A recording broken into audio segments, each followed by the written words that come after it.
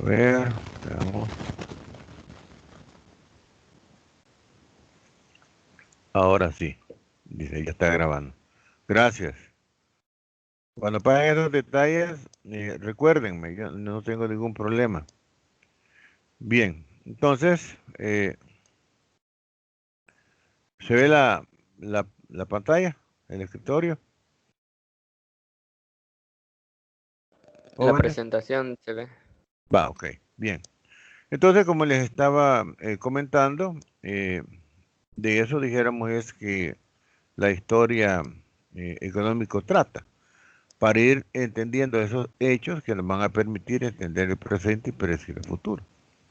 Si nosotros, por ejemplo, analizamos la historia de nuestro país de, desde, desde antes de la independencia, para entender nuestro país tenemos que irnos a los hechos que estaban sucediendo en Europa, las guerras que existían entre España y los musulmanes en el control de las rutas eh, comerciales. Como había un creciente, dijéramos, eh, crecimiento, había un crecimiento fuerte de los turcos, porque Osmán había conquistado la Manzana Roja, que era Constantinopla. eh, Eso había hecho pues que ellos ampliaran el dominio de su imperio por toda la Europa occidental y tenía, dijéramos, una confrontación permanente con los españoles eh, y obviamente también con los específicamente con los templarios, que eran los ejércitos preferidos del Papa, así como también eh, con otros pueblos bárbaros. Y eso entonces impedía el libre acceso del comercio español. Buscaron otras rutas y en esa búsqueda de rutas apareció Cristóbal Colón, donde los reyes de España le financiaron pues su oferta de conseguir una nueva ruta hacia las Indias Orientales. Cristóbal Colón se embarca en esa empresa y se pierde y aparece aquí en el Caribe y aparece todo el proceso de conquista de América. Entonces, para entender la historia de El Salvador, hay que irse a esos hechos, lo que sucedía en la Europa Occidental y cómo es que aparece Cristóbal Colón, se pierde, aparece acá, y luego todo el proceso de conquista y colonización que termina con la revolución de los criollos, o sea, de los españoles nacidos acá en América, del Imperio Español. Y luego toda esta, dijéramos, gente, pues obviamente se independiza pues de sus intereses. El control de las tierras ejidales eh, dan origen al Estado eh, y luego los presidentes que van surgiendo van obedeciendo a los intereses de la clase dominante, que van dándole forma a un modelo de producción. Las 14 familias hacen aparición, la apropiación de las decretos de eliminación, control de las tierras ejidales y puestas a disposición de las 14 familias que hoy conocemos, como origen a todo el origen de la oligarquía y burguesía en El Salvador. Entonces, para poder llegar a entender cómo es que estamos hoy, ¿verdad? Bajo un sistema, bajo un modelo donde los intereses de la derecha están en confrontación. Eh, pero para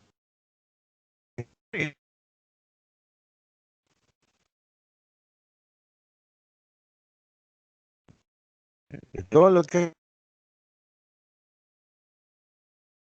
eh, inventos para tratar de dar una respuesta a las masas. ¿sí? Entonces, todo eso, ¿verdad? Es parte para poder llegar a entender la historia de nuestro país. Por lo mismo pasa con la economía, ¿verdad? Ella tiene que entender y comprender todos los hechos históricos. Esos hechos históricos son los que van modelando el concepto teórico, el soporte teórico en el cual con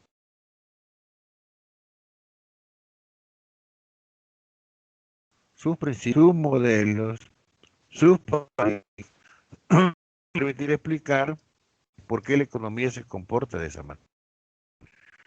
Entonces, la historia era considerada una rama de la economía o de la historia, y no fue sino hasta estos mediados de los siglos XIX cuando se consolidó como una rama autónoma de estas dos ciencias. La historia económica, de alguna manera, logra conciliar hasta cierto punto las diferencias naturales que existen entre la ciencia económica y la ciencia entre una y otra. En la perspectiva de la economía, ocupa preferentemente proyecciones. ¿Por qué, verdad? Porque a partir de los hechos, de los datos, puedo yo, a través de modelos, eh, el futuro, se describen variables y no son, dijéramos, relevantes para un análisis. Y estas, dijéramos, pueden ser las que en algunos casos no son relevantes, pero que en otros casos sí. Y también la búsqueda de cubrir leyes que permitan poder comprender los hechos a partir, ¿verdad?, del enfoque científico-social que la economía tiene. Desde la perspectiva histórica hay un enfoque holístico, es decir, un enfoque sistémico, ¿verdad? ¿Sí? Nosotros como ingenieros ocupamos el término sistema, pero los historiadores ocupan el concepto holístico, que es similar, es decir, un enfoque integral que permite poder analizar cada uno de los diferentes componentes en el tiempo. Y también busca describir y reconstruir circunstancias específicas. Es una forma intelectual de entenderse en el mundo. Y estudia el pasado remoto contemporáneo. Entonces, la historia económica es tan rica y dinámica como la humanidad misma ha evolucionado, desde una simple actividad de recolección para sobre la evidencia hasta la compleja ciencia que hoy, por lo que abordamos estos estudios bajo dos puntos de vista. Fíjate. Lo vamos a ver desde el punto de vista de las doctrinas económicas y desde el punto de vista de los sistemas económicos, para poder, dijéramos, separar, ¿verdad?, dos cosas. Desde el punto de vista de las doctrinas económicas, las vamos a enfocar en periodos de tiempo y vamos a ver los sistemas. Y dentro de los sistemas, los modelos. En el caso de los sistemas, pues el sistema capitalista y el sistema socialista. Y dentro del sistema capitalista, pues dos modelos, que son el modelo neoliberal y el modelo de economía social de mercado. Pero a la par, también hay que llevar la comprensión de los sistemas económicos o modos de producción. ¿Por qué? Porque son las formas en las cuales se van derivando las relaciones sociales de producción. Entonces ahí venimos viendo cómo, por ejemplo, pasamos de las etapas del salvajismo a la barbarie, al esclavismo, al feudalismo, al capitalismo, al socialismo y al comunismo. Pero algo bien importante es que no es una evolución mecánica, sino que es una evolución que está fundamentado en el desarrollo que experimentan la base económica. Y esa evolución que experimenta la base económica es la que permite poder pasar de una etapa hacia otra.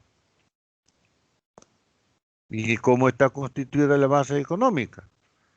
Pues está constituida por la fuerza de trabajo y los medios de producción. Entonces, cuando estos evolucionan, presionan el cambio. y pasamos de una etapa hacia la otra. Todo dentro de una supraestructura que va estableciendo las relaciones sociales de producción que se establecen entre los hombres. Y esas relaciones sociales de producción son las que en alguna medida van condicionando a las personas en la posición que estos van a guardar dentro del proceso de producción. ¿Cuál es la posición que yo tengo dentro del proceso de producción? ¿Cuál es el aporte que yo le estoy brindando al sistema o al proceso de producción? Y sobre esa base me va a remunerar. Aún dentro del sistema socialista, la remuneración está en función del aporte que usted le da al sistema. Esa es mentira que todos son iguales. O sea, jamás va a ser igual un médico, un ingeniero, un economista, un administrador de empresas, que alguien, ¿verdad?, que sea un operario. No va a ser lo mismo. Tendrá todas las condiciones, sí, pero no va a ser lo mismo. ¿Por qué? Porque a lo mejor el ingeniero necesita una computadora, necesita un vehículo para poder desplazarse a su trabajo. El operario no lo necesita. El operario no necesita la computadora ni necesita el vehículo, entonces necesita el transporte público para ir a la empresa y hacer su trabajo en la máquina que tiene asignada. Todas son cuestiones, ¿verdad?, que se van entendiendo a partir de entender los diferentes modos de producción, que son las dos instancias, pues, que tenemos que llevar a la par. Lastimosamente, este es un curso de introducción a la economía, pero deberían de ser dos cosas distintas. Por un lado, entender, por ejemplo, llevar un curso de historia de los hechos económicos. Y por otro lado, llevar el curso de introducción a la economía, para poder ir complementando las dos. Pero lamentablemente acá es un curso rápido, introductorio, en el que se tiene que hacer el esfuerzo de poder ir comprendiendo las dos cosas simultáneamente. En cuanto a los sistemas económicos o doctrinas económicas, son ideas importantes que los economistas han tenido y que generan una gran incidencia en el desarrollo de la economía como ciencia. Entonces, estas se transforman en principios, leyes, modelos y paradigmas para poder llegar a comprenderla. En este estudio histórico de la economía, prácticamente se establecen 4 etapas. La primera, que es, dijéramos, donde hablamos de una filosofía económica, que va del año 500 antes de Cristo hasta 1470 después de Cristo. Pero son, dijéramos, fechas aproximadas, donde sobre la base de los documentos, investigaciones que se han hecho, se han ido estableciendo estos periodos.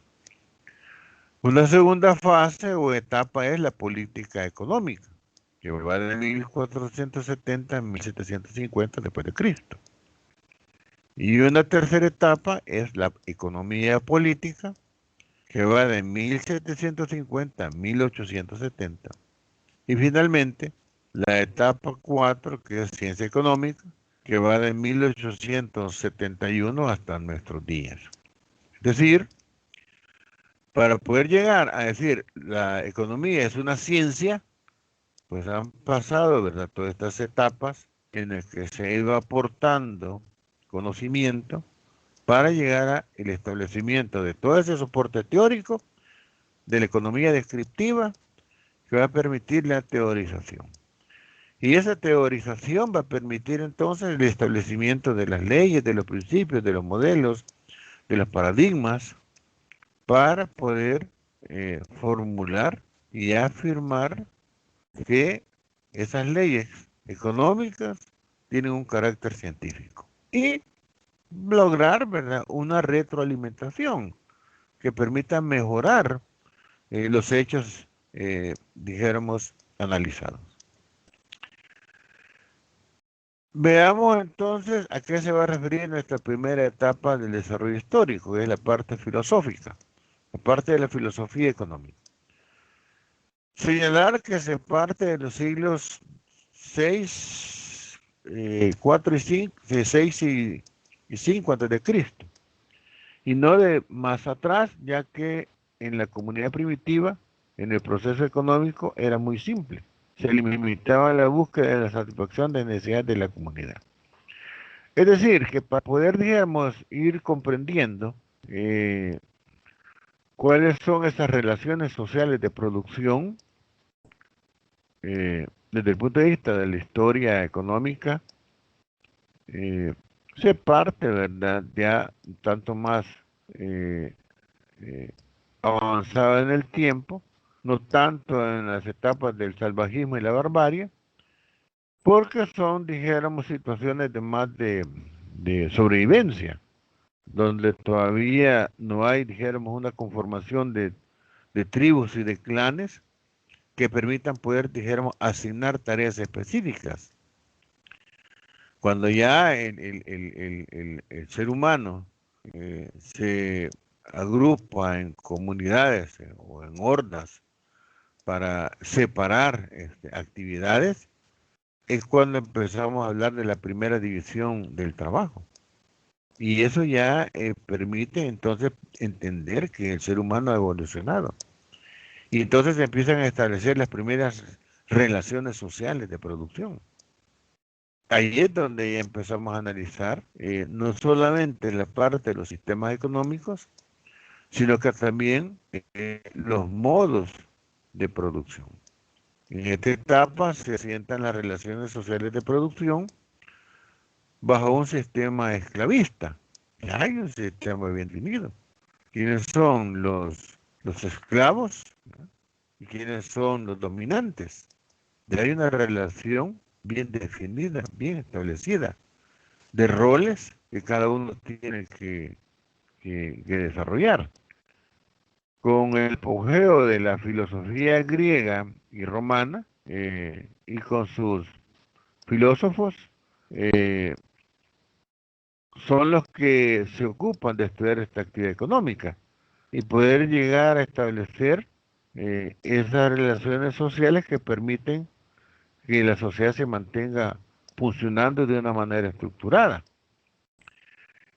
En este primer momento del desarrollo es bien complicado, dijéramos, eh, determinar por qué la sociedad funciona armoniosamente, cuál es lo que hace que ésta se mantenga estable. Eh, y eso es lo que realmente estos filósofos griegos y romanos en un primer momento tratan de establecer. Claro, hoy sabemos que son las relaciones sociales de producción que se derivan del proceso de producción, pero en aquel momento eso no era posible entenderlo. Y entonces se buscaba cuáles eran las razones por las cuales la economía se mantenía estable, qué hacía pues que las personas desarrollaran sus roles, cuál era esa fuerza coercitiva que hacía pues que las personas pudiesen mantenerse, dijéramos, armoniosamente. Y ese era, dijéramos, el trabajo que se hacía. Entonces se buscaba esa explicación. Fueron los filósofos griegos como Platón y Aristóteles los primeros que abordaron ideas económicas tales como la división del trabajo, eh, la aptitud natural que algunas personas tienen para ciertas tareas, justificó la existencia de las clases sociales y la circulación de los bienes, cómo estos entonces empiezan a desplazarse para poder llegar hacia los diferentes miembros de la sociedad. Pero todavía, ¿verdad? Faltaba el hecho de que, si bien es cierto, llegan, pero ¿cómo? ¿Por qué? Porque no había una claridad del concepto del dinero como un medio para poder acelerar el intercambio de los bienes, materiales producidos por dinero, que facilite el cambio de propiedad de uno hacia otro, a través de esa mercancía, dinero, que es un medio de facilitación del intercambio. Plantean también, ¿verdad?, las teorías del valor, que es importante, porque son las que van a permitir ir estableciendo cómo esto va evolucionando. La teoría del valor es uno de los conceptos mucho más complejos que hay. ¿Por qué? Porque es sobre la base de entender cuál es lo que permite valorar las cosas, cuál es ese patrón que va a permitir medir. Más adelante vemos que la base de esta medición del valor de los bienes producidos está fundamentado en el trabajo socialmente necesario para hacerlo. Y eso permite entonces crear ciertos patrones monetarios que van a permitir facilitar, valorar, darle valor a las cosas. Y poder también fragmentar esas unidades de valoración que luego después dan origen a los patrones monetarios. Comprende desde la época del apogeo de Griega y Roma hasta la Edad Media. ¿Y por qué la Edad Media? Porque ya estamos dentro de una sociedad más avanzada, que es una sociedad feudal. Y esa sociedad feudal tiene particularidades muy interesantes que permiten entender más fácilmente la economía. Hacia finales de esta etapa, en la Edad Media, se desarrollan sistemas de feudal y el aporte del pensamiento económico venía de los religiosos. Estaba el calvinismo, que ejercía una gran fuerza en el poder a través de la iglesia, diciendo pues de que ellos eran los elegidos de Dios para poder recibir el conocimiento que permitiese entender por qué la sociedad funciona de esa manera. Y como era la última institución, la última palabra, pues se tenía un gran respeto. Ustedes habrán visto infinidad de películas de la Edad Media donde la iglesia tiene una gran influencia en el poder, porque es el que controla a las masas.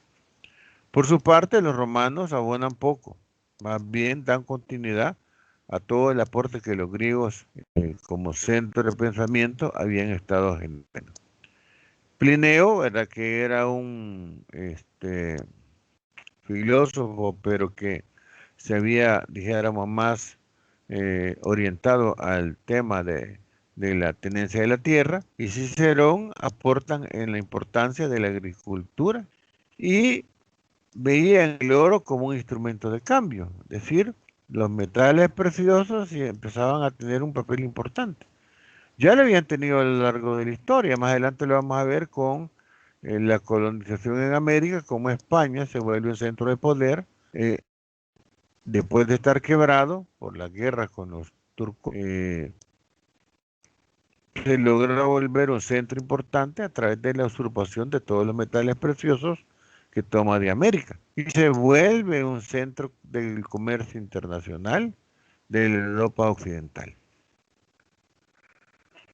Señalaban estos intelectuales que la actividad económica estaba regida por leyes naturales, por tanto ya están dadas y el hombre lo único que tiene que hacer es descubrirlas.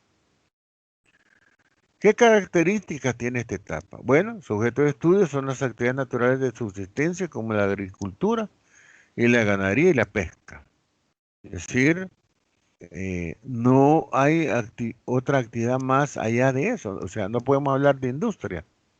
Por lo tanto, se concentra en actividades agropecuarias. Dos, las actividades con fines de lucro son excluidas. El concepto de lucro, el concepto de excedente para poder intercambiar o vender no existía. ¿Y por qué? Porque estamos dentro de una etapa del desarrollo económico de carácter autárquico, es decir, se produce para poder subsistir, lo necesario. Y los conceptos de acumulación, los conceptos de riqueza, de lucro, no existen. Por eso es que muchas, dijéramos, de las categorías de análisis que la economía marxista requiere en esta etapa del estudio no existen, no están definidas, no son parte del día a día. También hay una atención especial en los problemas de empresa en cuanto a poder tener una relación de justicia. La atención a los problemas económicos con ideas basadas en la ética y la moral, es decir, tienen que ser remuneraciones basadas en lo justo, en lo adecuado, a través de poder tener lo necesario para poder subsistir. El concepto de dinero no se maneja.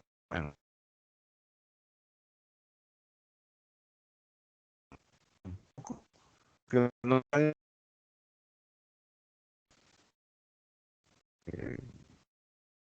grupos de personas, ¿sí?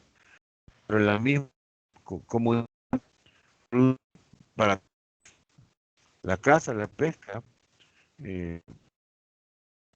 actividades de para generar excedentes para intercambio, porque enriquecimiento. En su principio, esta idea la llamaban a la mejor forma de tener bienes para satisfacer las necesidades de él. La sociedad fue evolucionando en las orientaciones. Entonces, los enfoques, uno es la religión divina. En primer lugar, por ejemplo, en la Iglesia Católica en este momento, de la Edad Media, donde ellos se estaban, dijéramos, concentrados en poder mantener esa relación de dominación, esa relación de poder.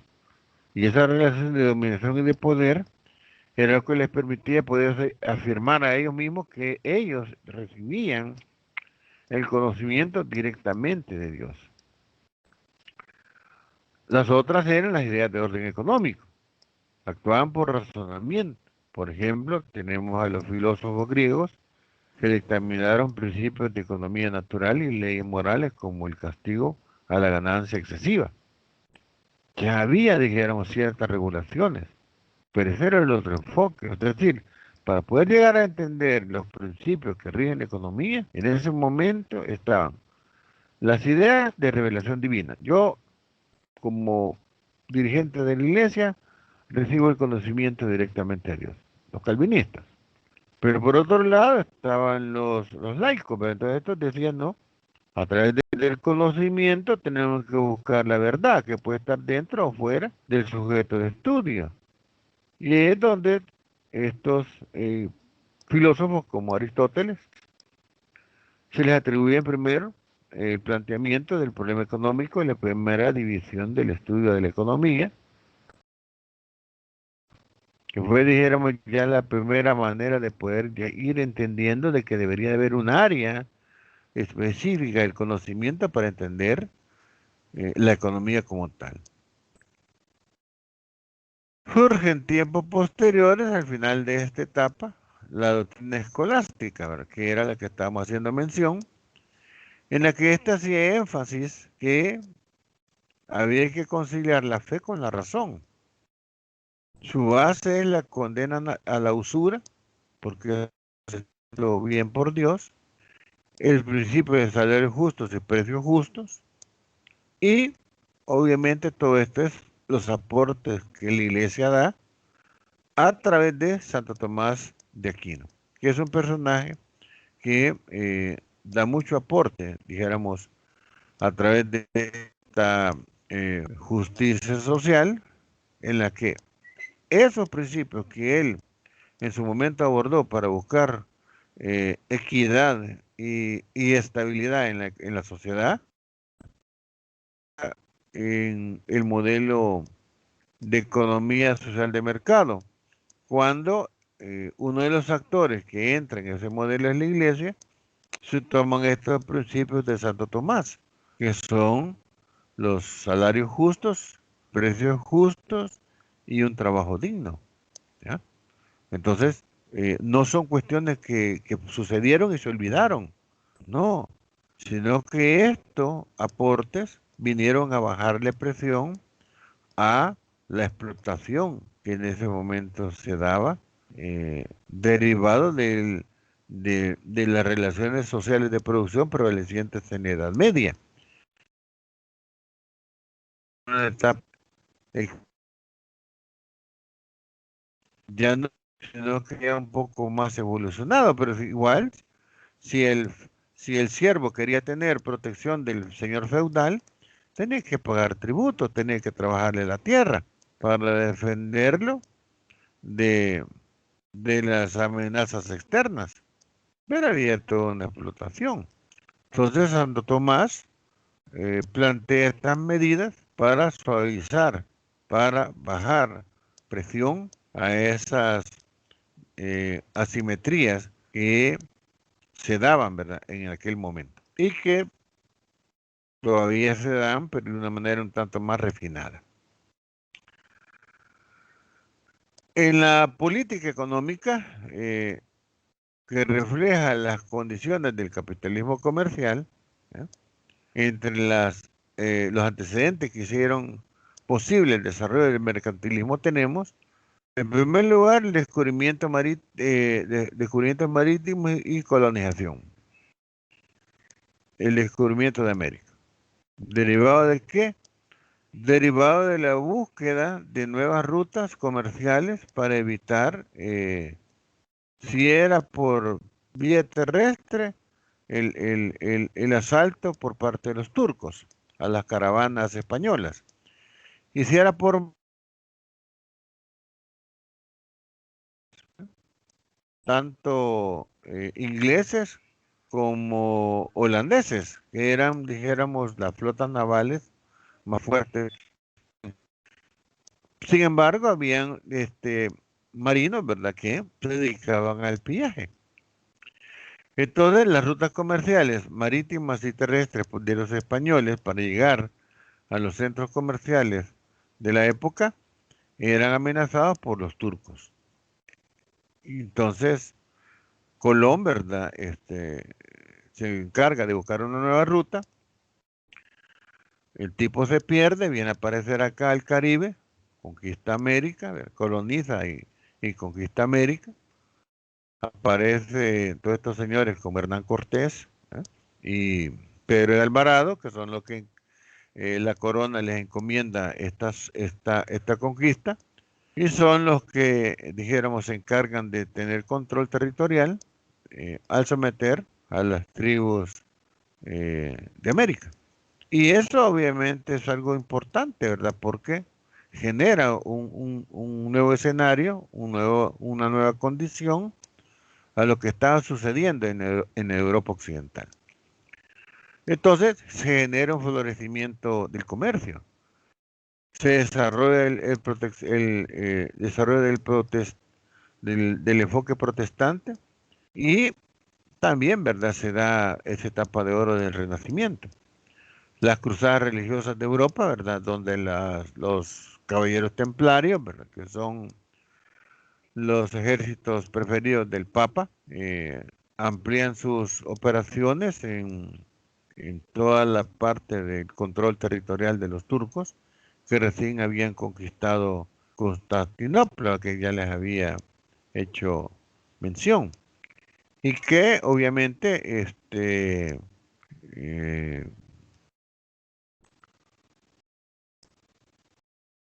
se le cambia el nombre, ¿verdad?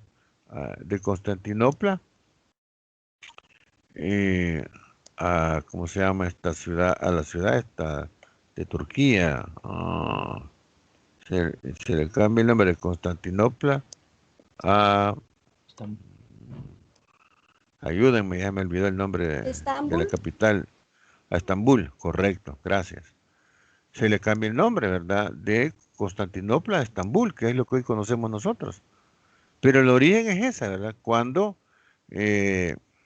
los turcos, después de sitiar, ¿verdad?, esa ciudad de Constantinopla, que estuvo controlada por los romanos por más de 1000 años, fue finalmente conquistada por los turcos y le cambian el nombre, ¿verdad? A la famosa manzana roja, a Estambul, que es como hoy la conocemos. Entonces es parte, ¿verdad?, de la historia que tenemos y que está vinculada a los hechos económicos de América, específicamente de las regiones conquistadas por los españoles. En la búsqueda, ¿verdad?, pues de nuevas rutas comerciales, pero encuentran una ruta mucho mejor, que es un nuevo territorio con suficientes metales preciosos, ¿verdad? Y eso, pues obviamente, pues ya ustedes lo saben, dura más de 500 años, que es todo el periodo de conquista y colonización de los españoles.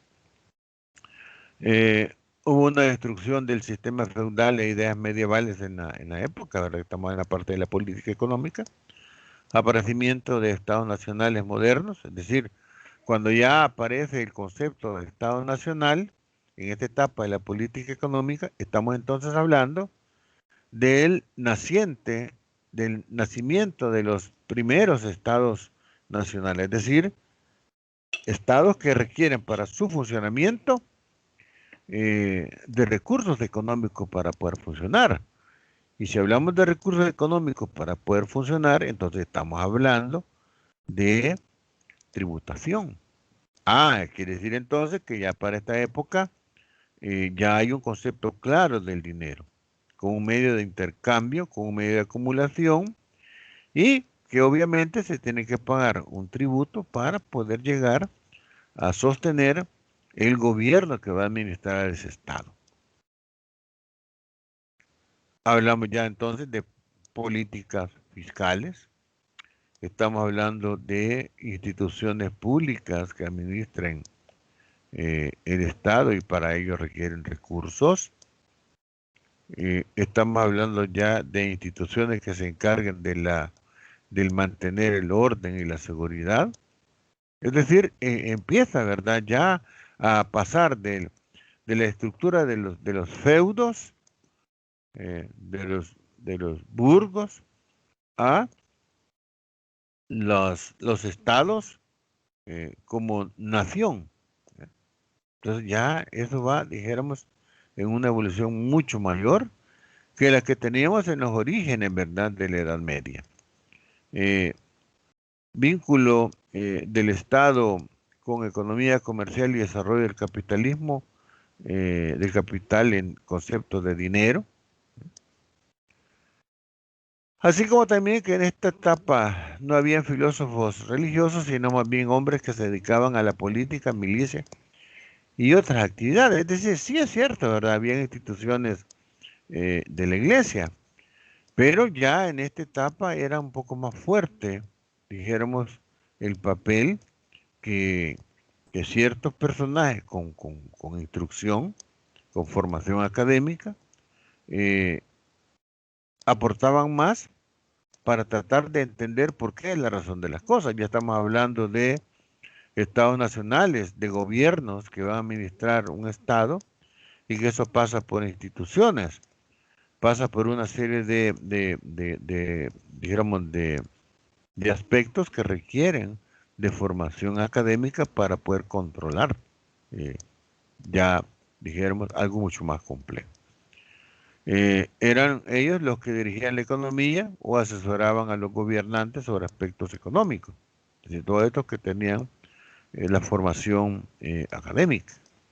Es decir, eran políticos, economistas, se les llamó mercantilistas por el espíritu de mercader que imperó en esa época. Es decir, a esta etapa de la política económica se le llama también etapa mercantilista, porque es donde el comercio se amplía y es lo que permite poder tener recursos para poder financiar el Estado, como a través de el gobierno.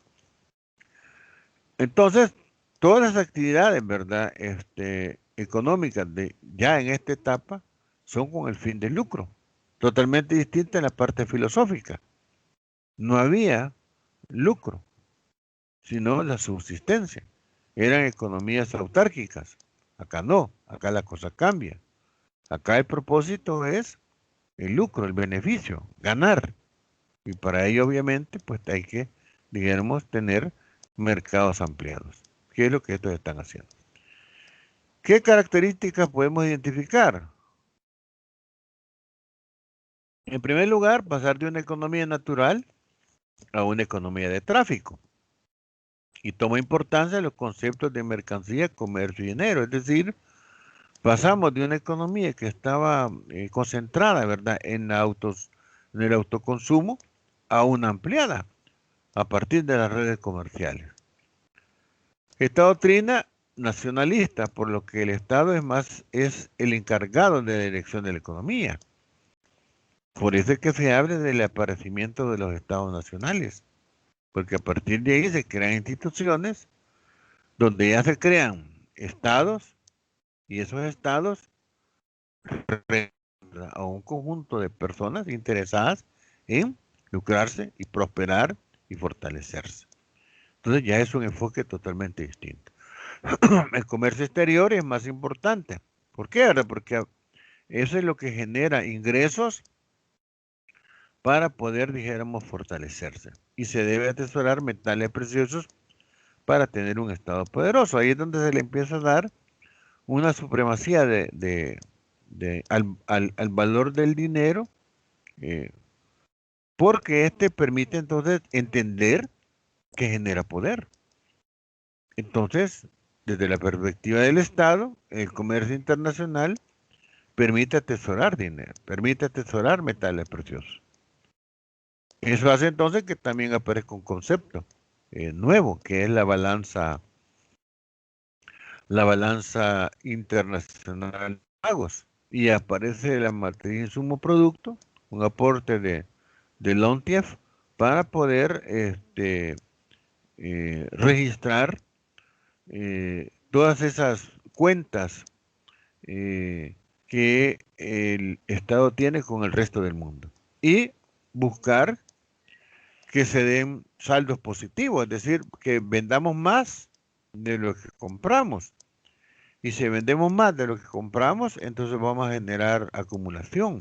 Y la acumulación me va a generar poder, que es lo que buscaban, ¿verdad?, estos mercantilistas. Se desarrollan los aspectos de la balanza de pagos que le estaba haciendo mención, políticas fiscales, obviamente para poder recaudar tributo para operar, que son, dijéramos, ya aportes de la macroeconomía. Dentro de esta filosofía, o etapa, perdón, dentro de esta etapa de la economía, se identifican 4 corrientes. Pero antes de continuar, no sé si hay algún comentario que ustedes quieran hacer, alguna duda. Ajá. Jóvenes, ¿todo bien?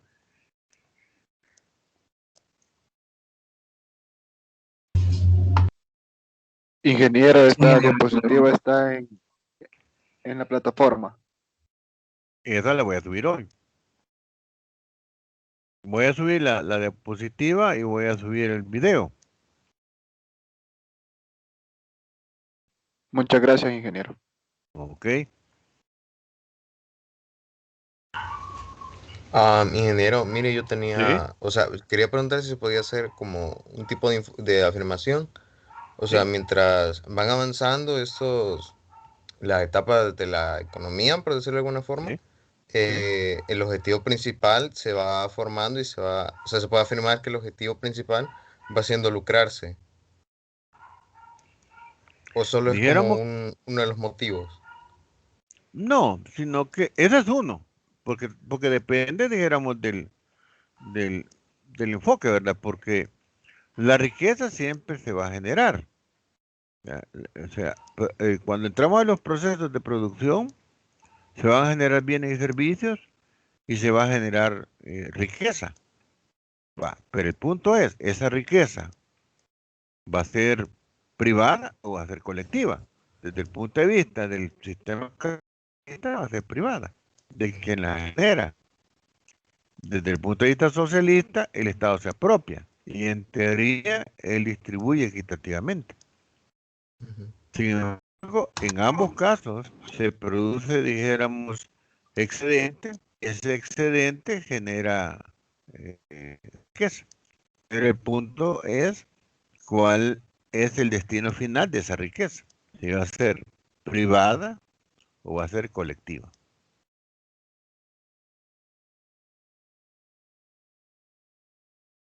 ¿De acuerdo? Gracias, ingeniero. Bueno, ¿hago otra consulta? ¿Pregunta? Ingeniero, ¿Sí? ¿cuál sería el término apropiado para dividirlo así como usted dice en capitalismo y socialismo? Porque el neoliberalismo y otro que usted mencionó son ¿Sí? modelos del capitalismo, pero ¿qué sería? ¿Una corriente o cuál es el término? No, son modelos. O sea, la caracterización son los sistemas y los modelos.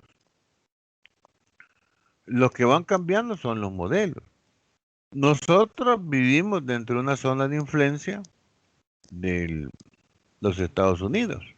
Entonces, obviamente, la relación centro-periferia nos obliga a estar dentro de un sistema capitalista. Cualquier otra cosa no va a prosperar. Se aísla. Ya usted vio los ejemplos de Venezuela, de Cuba, que simplemente al final lo que ha sucedido y en lo que han terminado es un aislamiento. Porque esa democracia no es como los Estados Unidos la entiende. Si no es como los Estados Unidos la entiende o como Estados Unidos la quiere, pues simplemente se aísla y se complican las cosas. Otras naciones, ¿verdad? Como vamos al otro extremo del planeta, China, Rusia, por mencionar estos dos, han tenido otro desarrollo con un modelo, con un sistema económico distinto para enfrentar el mismo problema. No podemos nosotros, dijéramos, ignorar el poder económico, político y militar que tiene China. Incluso Corea del Norte tiene un poderío económico, político y militar sorprendente.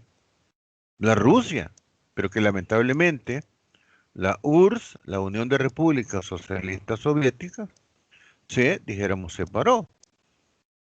Y de esa separación, ¿verdad? De todas las naciones, pues Rusia, la que comanda Putin, es la que se, dijéramos, quedó, por decir así, con el arsenal militar. Y ese arsenal militar, pues obviamente es tecnología, es conocimiento. Pero es que todo lo que es tecnología en materia de desarrollo pasa por los militares. Y cuando esa tecnología ya es obsoleta, pues la comparten con la población, el caso de todas las redes sociales, todo lo que manejamos. Eso ya es tecnología obsoleta para los militares. Ellos están en otro nivel.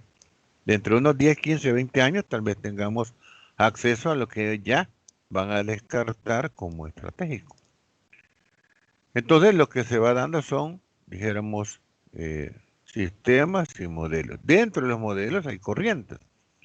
En este caso estoy hablando de corrientes, ¿verdad? De corrientes dentro del sistema, pero que éstas podían llevarse a conformar en modelos, que son, dijéramos, los que se van replicando. Por eso es que hay que ir, dijéramos, viendo esta parte y obviamente pues se requiere de bastante lectura. Yo en esta parte les recomiendo un libro que no está ahí en la bibliografía, ¿verdad? Pero es Historia de los Hechos Económicos de Jürgen Gusinski, que nos permite entender esta parte de los hechos económicos para poder tener, ¿verdad? Un poco más de más claridad en esta cuestión, pero que es bien importante que nosotros la comprendamos, ¿verdad? ¿De acuerdo?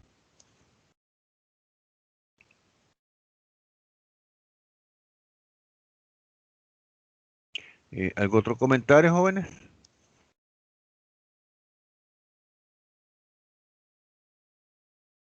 Bien, entonces, siguiendo, ¿verdad? Con estas corrientes que se derivan de esta etapa mercantilista, está la primera, que es la bullonista.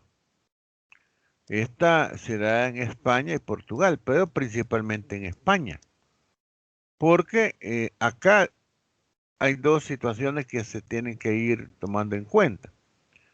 Las cuestiones que se refieren al crecimiento económico y las que se refieren al desarrollo económico. Esas dos categorías son importantes, ¿verdad? Que nosotros las tengamos bien claras. Ya en esta etapa, como hay ya un crecimiento, un aparecimiento de los estados nacionales, eso quiere decir que entonces que la economía tiene que crecer. Y tiene que crecer para poder lograr los recursos para funcionar. Entonces, el crecimiento económico, como yo les decía en la clase anterior, está referido al crecimiento que experimenta la producción nacional. Y se mide en porcentaje, ¿va? ¿Cuánto creció la economía en la producción de bienes y servicios finales? Óigase bien, finales, no intermediarios, no intermedios, finales, con respecto al año anterior. Entonces decimos, bueno, mire, fíjate que la economía creció 2%. Ok, entonces, si en el año 2020 fue 1000, pues hoy creció 1000 más 2%. Así medimos el crecimiento de la economía. Y ese crecimiento de la economía puede ser un crecimiento medido a través de una tasa nominal o medido a través de una tasa real. Para efectos de análisis, a nosotros nos interesa la tasa de crecimiento real, porque eliminamos el efecto de la inflación. Pero eso lo vamos a desglosar solamente para ir comprendiendo la categoría. La otra es el desarrollo económico. ¿Y qué es el desarrollo económico? El desarrollo económico es el mejoramiento de las condiciones de vida de la población. Si a mí me dicen, mira, fíjate que la economía va a crecer 2%, creció 2%, pues, qué bueno, qué chivo, qué bueno, me llega, hicieron bien las cosas, pero, ¿y qué? ¿A mí qué, pues? ¿Qué me beneficia? Nada. Pero si me dice, y fíjate que va a haber un mejor desarrollo económico. ¿Y qué es desarrollo económico? Mejoramiento de las condiciones de vida de la población. ¿Cómo? A través de mejores servicios educativos, seguridad, salud, diversión sana, acceso a vivienda. Eso es cómo el ciudadano percibe los frutos del crecimiento. Los frutos del crecimiento de la economía los percibe el ciudadano a través de mejores servicios por parte del Estado. Si, por ejemplo, hoy que la universidad, con el aporte que el gobierno actual le dio en el refuerzo presupuestario, se logró la gratuidad de la educación para todos. Es decir, hoy ya nadie paga matrículas y escolaridades. Usted puede venir del Liceo Salvadoreño, del Externado, de la Escuela Americana, y usted ya no paga. Lo mismo como se hizo en un primer principio, ¿verdad? Que los que venían de los institutos nacionales. Entonces, por cuestiones de equidad, hoy nadie paga. Entonces, claro, esos recursos que a la universidad le hacen falta, fueron, dijéramos, cubiertos por el refuerzo presupuestario. 35 millones de dólares que el gobierno le dio a esta universidad. Entonces, hay un fruto, ¿verdad?, de un incremento en el gasto que la educación está, dijéramos, percibiendo. Claro, no puede ampliar más la capacidad. Con los 55,000 estudiantes que teníamos, más los 15,000 nuevos del ingreso, llegamos a 70,000. Pero ya no damos más. Solo vean este curso. Este curso tengo 505 estudiantes distribuidos en dos grupos teóricos con un profesor atendiendo a más de 500 estudiantes. Si estuviéramos en el campus, tuviera yo 5 grupos de 100 topados. Pero en la modalidad que tenemos, amplía la cobertura. No es lo más adecuado porque las participaciones por parte de ustedes se ven limitadas. O la señal, ¿verdad? También en las zonas rurales se satura y cuesta más. Entonces se dificulta también. O sea, tiene sus cosas buenas y sus cosas malas. Pero también va a permitir ampliar otras sedes, ¿verdad? Por ejemplo, en Chalatenango, en Morazán. Chalatenango, Morazán. Y se me olvida el otro departamento que van a aumentar sedes. Y estas 3 sedes nuevas van a tener el apoyo del Instituto Tecnológico de Monterrey, del TEC de Monterrey, para diseñar la infraestructura y diseñar los planes de estudio. Es decir, ha habido, ¿verdad?, un aporte a la educación.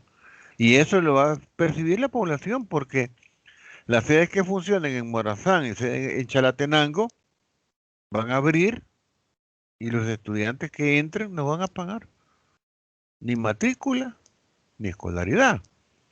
¿Cuánto paga usted en una universidad privada?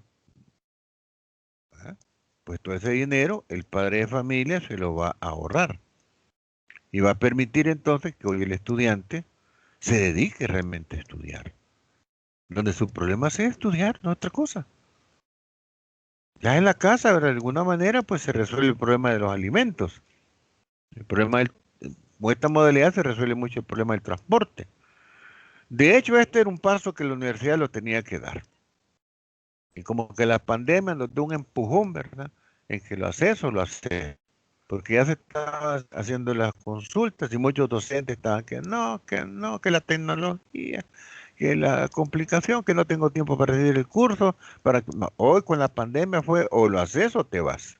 Bien, todo el mundo, después de un año, todo el mundo está en línea. Y el que no, pues simplemente está haciendo las tareas. Entonces son cuestiones, ¿verdad?, que permiten que esos ingresos del crecimiento permitan fortalecer el desarrollo. Y el ciudadano lo ve a través de los servicios. Entonces dice, ah, sí, ¿verdad? Entonces ya hay mejoramiento en la educación. Y en la salud también tiene que haber mejoramiento. Yo he ido, ¿verdad?, al Hospital Rosales y ha sido espantosa la atención que ha habido. Últimamente no he ido por el tema de pandemia, pero cuando una oportunidad me tocó ir por cuestiones de accidentes, era lamentable ver las condiciones. Habría que ver, ¿verdad?, qué tanto mejora eso. Entonces, ¿cuáles son las preocupaciones que el ciudadano tiene? Después de dónde voy a estudiar, si me enfermo, ¿a qué hospital voy a ir? Son las preguntas más grandes. ¿Dónde voy a vivir? ¿Me alcanzará el dinero para pagar la vivienda?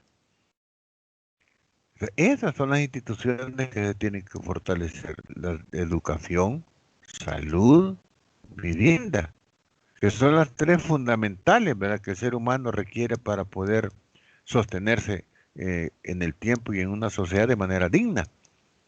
Ya el tema de la ropa, de la alimentación, pues se resuelve. La ropa, pues ahí están todos los lugares estos de a dólar, ¿verdad? Pues, está bien, ya lavadita la prenda y se va. Chile, el tema de la ropa de segunda, Chile es el país número 1 en el mundo que se viste con ropa de segunda. Y ahí están los chilenos, no han creído. ¿Por qué? Porque destinan su dinero a otras cosas más importantes. Entonces es cuestión, ¿verdad?, de quitarse una serie de tabús. Pero al final, el ciudadano percibe los frutos del crecimiento con la calidad de servicios que va a recibir en materia de educación, en materia de salud, en materia de vivienda, en materia de seguridad, en materia de diversión sana. Todos esos aspectos son fundamentales para el ser humano. Entonces hay que aprender desde ya a diferenciar esas dos categorías: crecimiento económico versus desarrollo económico. Y dentro del crecimiento económico, entender que está conformada por el aporte del sector agropecuario, del sector manufactura y del sector servicios. Lamentablemente, el sector agropecuario aporta 6% del Producto Interno Bruto. La manufactura aporta 24% aproximadamente y el sector servicios aporta el 70%. Por las erradas políticas públicas de los gobiernos anteriores, el sector agropecuario se contrajo demasiado, a un 6%, donde algún presidente, ¿verdad? Bueno, pongámosle nombre y apellido, Calderón Sol, planteó pues que era mejor comprar que producir, comprarle a los demás países de Centroamérica. Sí, es cierto, tenía razón, que era más barato comprarle los plátanos, agua, y las frutas y legumbres, producir. Pero eso trajo un gran problema de empleo, un gran problema de tanta tierra, ¿verdad?, que tenemos subutilizada, más de 400,000.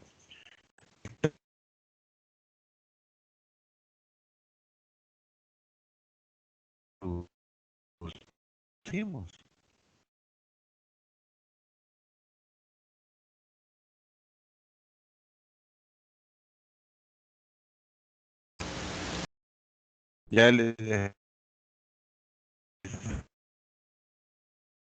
sí, instituciones como la Escuela Nacional, lo único que nos muestra es la gran dependencia que tenemos del resto de países de Centroamérica en materia de alimentos. Tenemos que crecer en esa área.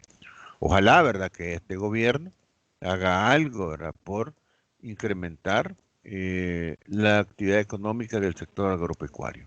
Y en el tema de la industria, ahí estamos más complicados, porque acuérdense que estamos dentro de un contexto de la industria 4.0, robótica, automatización, realidad aumentada y otras eh, tecnologías que nuestra industria tiene que incorporar si quieren realmente sobrevivir en el contexto global. Y luego el sector servicios, 70%. ¿Por qué? Por toda la remesa, ¿verdad?, que viene de afuera y donde las personas lo que hacen es destinarlas al consumo. Y entonces usted hoy ve en los centros poblacionales, los centros comerciales donde usted no tiene que caminar mucho. Yo acá donde estoy tengo 1, 2, 4 centros comerciales cerca. ¿Eh?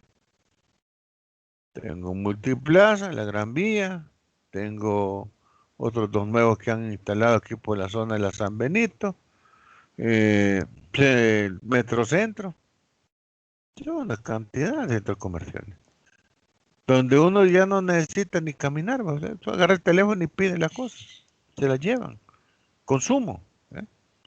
Así pide la ropa, pide los zapatos, el súper, el desayuno, el almuerzo, la cena, todo por delivery. Es un consumo espantoso. Entonces, pero al final, el sector servicios, por esa dinámica, tiene el 70% de aporte al Producto Interno Bruto. ¿Por qué nos mantenemos estables? Por las remesas, por los más de 5,000 millones de dólares que entran en este país. Por eso es que este anuncio de Biden para poder estabilizar a los del programa de temporal, fue un alivio porque desde el punto de vista económico es un recurso que por lo menos este año lo va a tener este país. Mientras dure la ampliación del TPS, ¿verdad? Que este señor pues le ha dado.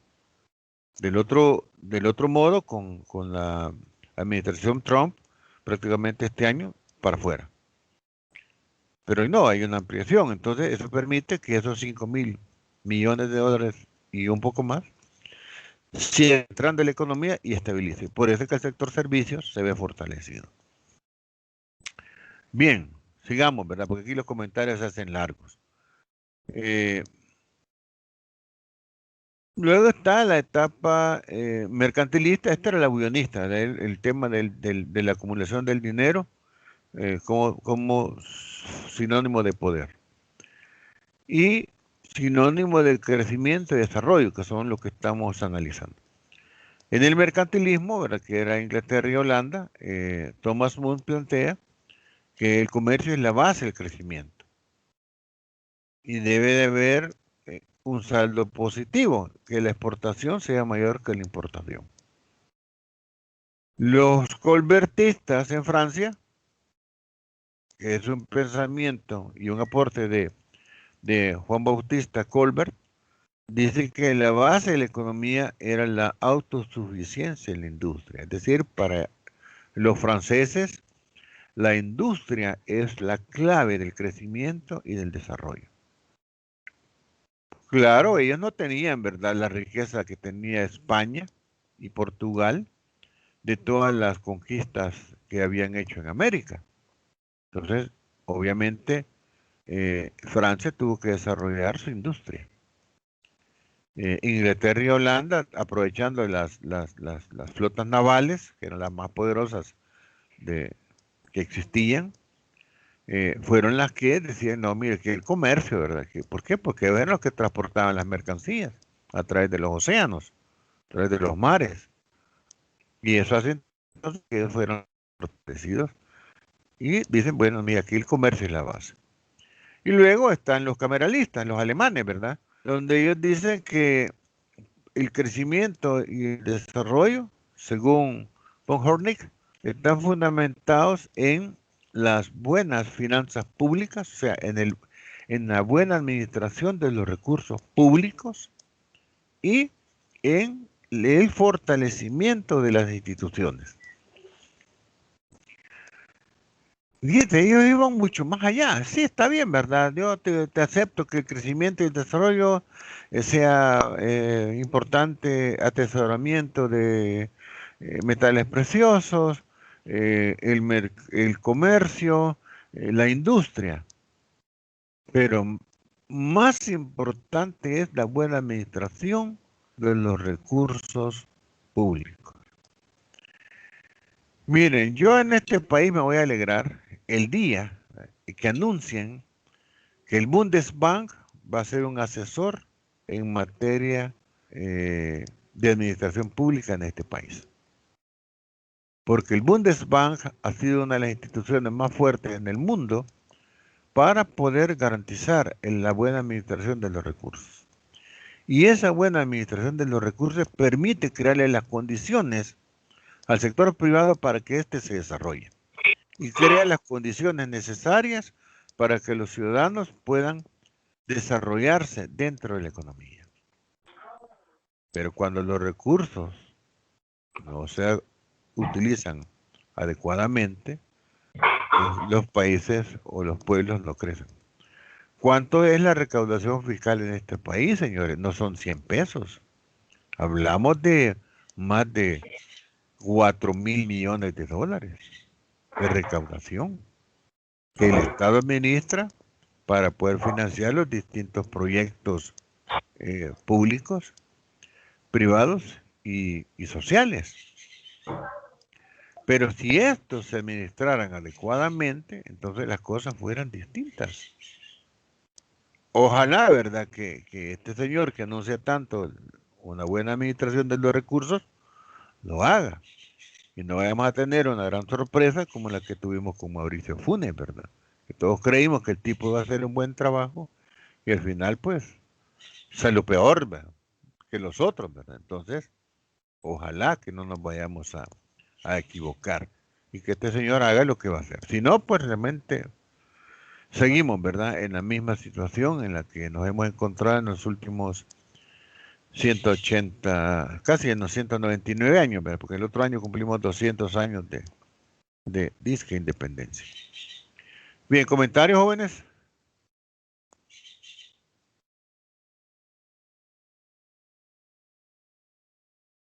Yo, ingeniero. Díganme. Respecto a esto de lo que son estas 4 doctrinas, estas surgieron durante el periodo antes o durante o en general el panorama de la revolución industrial. Están antes, porque es, dijéramos, en la etapa del apogeo feudalista, ¿ya? No estamos, Ya. no estamos en los orígenes del capitalismo. Dijéramos, quizás llegaríamos a las fronteras, ¿verdad?, entre el feudalismo y el capitalismo.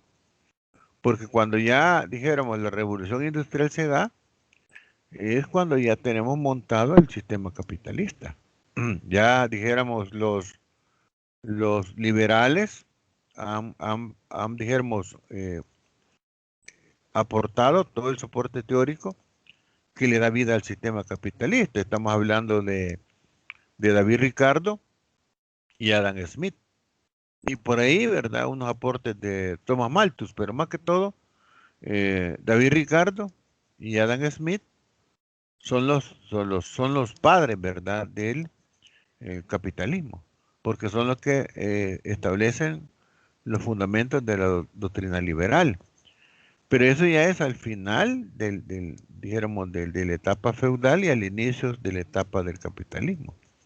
Entonces, todo esto que estamos hablando, estamos en la etapa puramente feudal, ¿verdad?, en la que se empiezan a formar los primeros países, ¿verdad? Por eso hablamos de los estados nacionales. Pero ya para formar los estados nacionales se necesitan de políticas públicas bien definidas, ¿verdad? Política fiscal, una política de comercio internacional, ahí aparece la balanza internacional de pagos, aparece la matriz insumo-producto. Y estas corrientes, entonces ya le van dando como un aporte, que es lo más importante para poder crecer y desarrollarse como nación. Los bullonistas dicen, mira, la acumulación de riqueza, de metales preciosos. Pues sí, pero es porque tenían todo un territorio que estaban saqueando, América, que eran los españoles y los portugueses. Los ingleses, ¿verdad?, y holandeses, que eran las flotas navales más grandes, decían, no, mire, para nosotros es el comercio.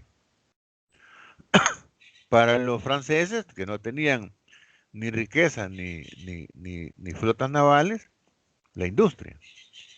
Y los alemanes decían, sí, todo eso está bueno, pero más importante es que administremos bien los fondos públicos y fortalezcamos las instituciones.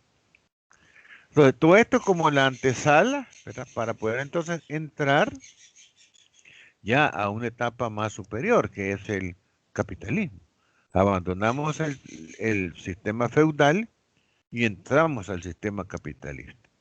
Cuando entramos al sistema capitalista, pues obviamente hay toda una explotación, ¿verdad?, del recurso humano por alcanzar los volúmenes de producción. Pero se dan las revueltas para poder reducir las jornadas laborales y se empiezan a aparecer, ¿verdad?, los inventos como la máquina de vapor, que va a mejorar la productividad. Aparece Henry Ford con el aporte de la producción en cadena y una serie de elementos, ¿verdad?, que van a acelerar la evolución del sistema capitalista. ¿De acuerdo? De acuerdo. Y una pregunta más, ingeniero, ¿Sí? espero me ¿Sí? disculpe. No. Durante porque esto también me dio un poquito de duda. ¿Sí? Si estamos hablando en términos históricos, cuando ocurrió, digamos, la invasión sarracena, como se le conoce, de No, sí. Europa, ¿esto llegó a afectar en alguno de estas doctrinas? Sí, porque acuérdate que se da digamos, toda una redistribución de los imperios, porque acuérdate que los sarracenos prácticamente habían derrotado a los romanos, ¿ah? Y estaban próximos Sí. a derrotar a los españoles. Ya Ujú. los mongoles habían sido derrotados, ¿ah? Que era uno Sí, de los pueblos más bárbaros de la península nórdica. Y eran de los más aguerridos. Y ya los turcos habían superado, ¿verdad? Todas esas, digamos, amenazas de sus pueblos. Lo que les quedaba era, después de haber barrido con los romanos y haberles quitado la manzana roja, llegar ¿cómo se llama? España. Pero España lo que hizo fue ujú, negociar, ¿verdad? Al final España negoció, ¿verdad? Y esa ujú, negociación, acuérdense que le permitió estabilizarse. Sin embargo, el pillaje no se lo quitó, ¿verdad? Porque al final sí, negoció con los turcos, paró la guerra, ¿verdad? Y estabilizó. Pero, ¿qué pasó? Que las rutas comerciales seguían siendo amenazadas, tanto las marítimas como las terrestres. Buscaron sí, nuevas alternativas. Ahí es donde apareció Cristóbal Colón, por la experiencia que tenía de haber navegado con los ingleses. Entonces dijo, mire, esta es mi propuesta. Entonces vienen ujú, los reyes y le dicen, bueno, te vamos a financiar tu proyecto. Y el tipo se equivoca, ¿verdad? Viene a aparecer por acá. Y ahí es donde empieza todo el proceso de conquista y colonización. Claro, fue un beneficio para España porque generó, ¿verdad? Todo ese saqueo de metales preciosos que los pueblos indígenas de América tenían. ¿De acuerdo? de acuerdo, muchas gracias. Bueno, bueno, otro comentario, jovencitos.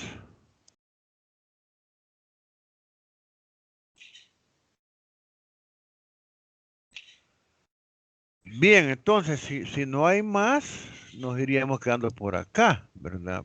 Eh, ha sido bastante extensa la clase. Acuérdense que como no hay mucha interrupción, ¿verdad? Pues, se alarga la hora 40 minutos. Pero no sé si hay algo más que ustedes quieran agregar, comentarios. A mí me gusta que participe, fíjense, compañeros, son muy buenas preguntas que le permiten a uno poder ir complementando. Porque ir amarrando todos estos hechos es bastante complicado, ¿verdad? Entonces, ya cuando uno agarra un libro, ¿verdad?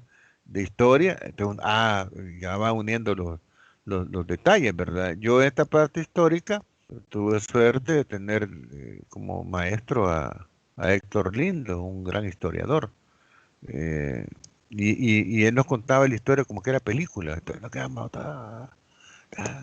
cuando agarrábamos los libros era bien fácil, ¿verdad? Entonces, es bien interesante esta parte, para entender, ¿verdad? Para entender muchas cosas. Claro, somos ingenieros, ¿verdad? Pero es de entender el contexto. Bien, no hay más jovencitos, si no nos quedamos acá. ¿Me parece? Y seguiríamos el lunes. Voy a subir la presentación y el video para que ustedes pues puedan ir repasando y poco a poco vayan, dijéramos, preparando su examen con tiempo. ¿De acuerdo? Ingeniero, ¿Estamos? una pregunta, disculpe. Sí, César. Lo que es la parte de materiales y videos, ¿en qué parte los podría encontrar? Porque he revisado un poco el campus y no encuentro nada. No, no he subido nada, así como clase uno fue, dijéramos, el programa, eso ahí está. Ujú. Están las fechas de los exámenes. Hoy voy a empezar a subir ya las clases. Eh, Ah, ok. no lo subo antes porque, bueno, ese sería el ideal, ¿verdad? Que ustedes tengan el material antes, le dan una leidita y ven la clase. Pero, como ven, le dan línea a uno, ¿verdad? Que si no, ya no van a entrar. Entonces, ni modo. Después, clase vista, material subido al aula virtual. ¿De acuerdo? De acuerdo, ingeniero. Gracias. Bueno, Yo tengo por una aquí consulta, parece que ingeniero. pregunten. sí, diga, Erika. El día de mañana yo tengo discusión de fundamentos, no sé si irá a haber discusión. Sí, va a ser de carácter informativa. De hecho, hoy me voy a reunir con Josué. Pero es de carácter informativo, al cual va a ser la mecánica. Hay que armar grupos de trabajo para las discusiones, para algunas cuestiones porque él deje. Esa es la idea, tanto este como la otra semana, y luego arrancan ya las discusiones. O si él arranca de un solo día con la discusión. Habría que ver cómo la va a manejar él, pero hasta donde yo tenía entendido son de carácter informativo, y si eso pues le va a llevar poco tiempo y él decide arrancar, pues arranca mañana mismo. Así que asista. ¿Eh? Ok, gracias. Bueno, Ingeniero, una consulta sí, rápida. ¿Alguna de estas doctrinas siguen todavía en aplicación en la actualidad en algún punto? sí, claro. Por ejemplo, cuando tocamos lo de Santo Tomás de Aquino, los salarios justos y precios justos, y así como el trabajo digno, son, dijéramos, valoraciones que se toman, por ejemplo, muy en cuenta en el enfoque del Estado benefactor sueco. Y en ese enfoque del Estado benefactor sueco, que es un componente del modelo de la economía social de mercado, se incorporan esos elementos. O sea, por poner un ejemplo, ¿verdad? Por poner un ejemplo. Gracias. Bueno, ¿algo otro comentario? Miren, no se queden con las dudas, pregunten, ¿verdad? Pregunten. A eso les va a permitir a usted ir aclarando algunas cuestioncitas. Porque acuérdense que al final estas materias son tan amplias, lo que importa es que usted tenga claridad, y luego ya cuando se le pregunta con sus propias palabras, va usted expresando sus ideas. ¿Sí?